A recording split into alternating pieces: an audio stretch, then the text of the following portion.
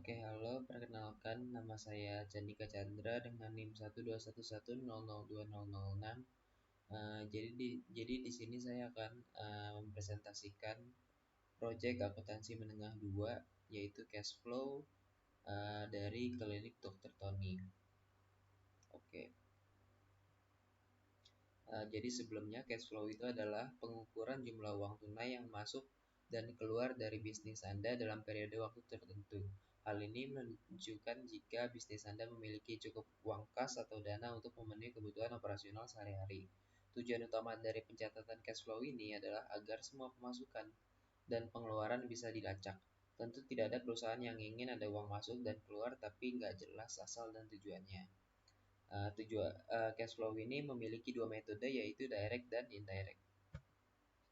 Oke, jadi sebelum saya menjelaskan ke cash flow-nya, di sini saya terlebih dahulu menjelaskan ada beginning trial balance dari klinik Dr. Tony. Pertama di sini Dr. Tony memiliki cash sebesar 174.600.000, supply sebesar 2.400.000, prepaid insurance sebesar 3 juta, equipment sebesar 12.500.000, land sebesar 450 juta, building sebesar 150 juta, accumulated depreciation equipment sebesar 4.687.500,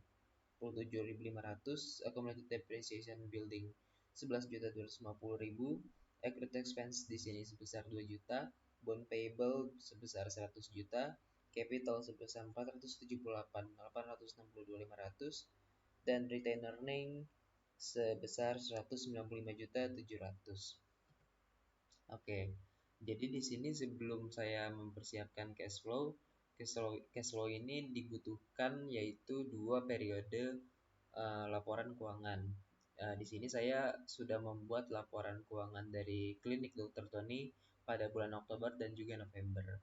Lengkapnya dari jurnal sampai ke laporan keuangannya ada di Excel. Di sini saya akan mempresentasikan hanya laporan keuangannya saja. Yaitu di sini ada income statement, ada return earnings statement, dan yang terakhir ada classified statement of financial position pada bulan Oktober 2022.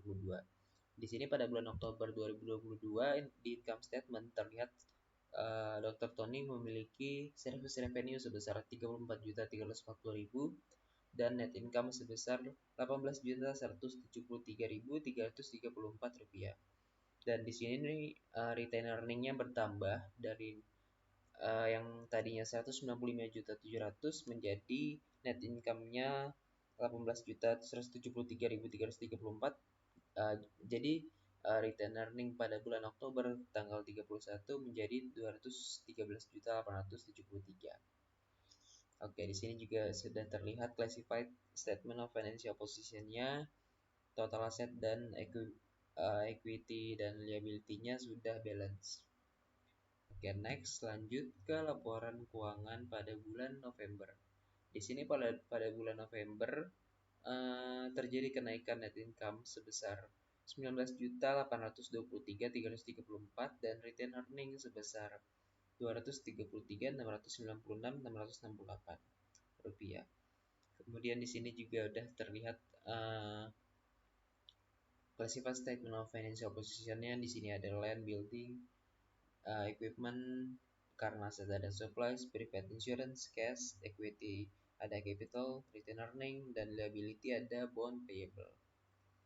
Di sini total asetnya sebesar 812.559.168. Oke. Setelah dibuat kedua data laporan keuangan tersebut sebanyak dua periode, maka di sini saya sudah membuat komparatifnya pada bulan November dan juga Oktober. Di sini ada perubahannya di accumulated depreciation building naik sebanyak 1.250, equipment naik sebanyak 1.200, accumulated depreciation equipment naik sebanyak 666.666, supplies-nya di sini turun sebanyak 290.000, prepaid insurance turun sebanyak 1 juta, dan cash naik sebanyak 21.830.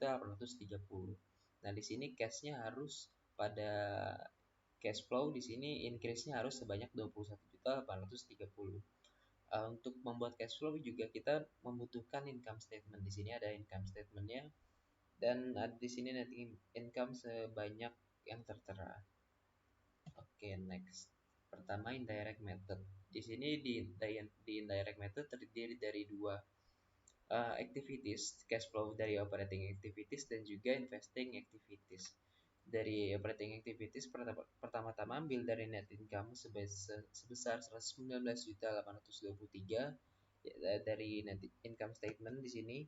Kemudian ada adjustment to reconcile net income. Di sini ada penambahan kas dari accumulated depreciation building dan juga equipment dan juga ada di sini decrease di supplies dan prepaid insurance sebanyak 1.250.000, 666.000, 250.000 dan 1 juta. Totalnya menambah cash sebanyak 3.206.666. Dari operating activities menambah cash flow sebanyak 23.030.000. Dan dari investing activities di sini ada pembelian equipment sebesar 1.200.000. Di sini mengurangi cash flow sebesar 1.200.000. Jadi net increase in cash-nya sebanyak 21.830 dan cash pada November tanggal 1 sebesar 190.590 dan pada 30 November menjadi 212.420 seperti yang tertera pada comparative statement of financial position. Kemudian yang terakhir di sini ada direct method. Di direct method ini kurang lebihnya sama seperti indirect method. Di sini kalau direct method ini kita nggak langsung pakai net income tapi dari revenue, cash collected from revenue. Di sini 36.790 dari income statement, kemudian cash payment to employee sebesar 9 juta, kemudian operating expense sebesar 4.260.000, kemudian cash payment untuk interest sebesar 500.000 dan totalnya 23.030.000. Kemudian di investing activities di sini ada purchase equipment sebesar 1.200.000 yaitu mengurangi cash flow yang ada menjadi cash flow yang meningkat pada bulan November tanggal 30 ini meningkat sebanyak 21.830.000. Cash di sini tanggal 1 November 150 juta menjadi 212.420.000. Oke, sekian dari saya Candika Chandra, kurang lebihnya mohon maaf. Terima kasih.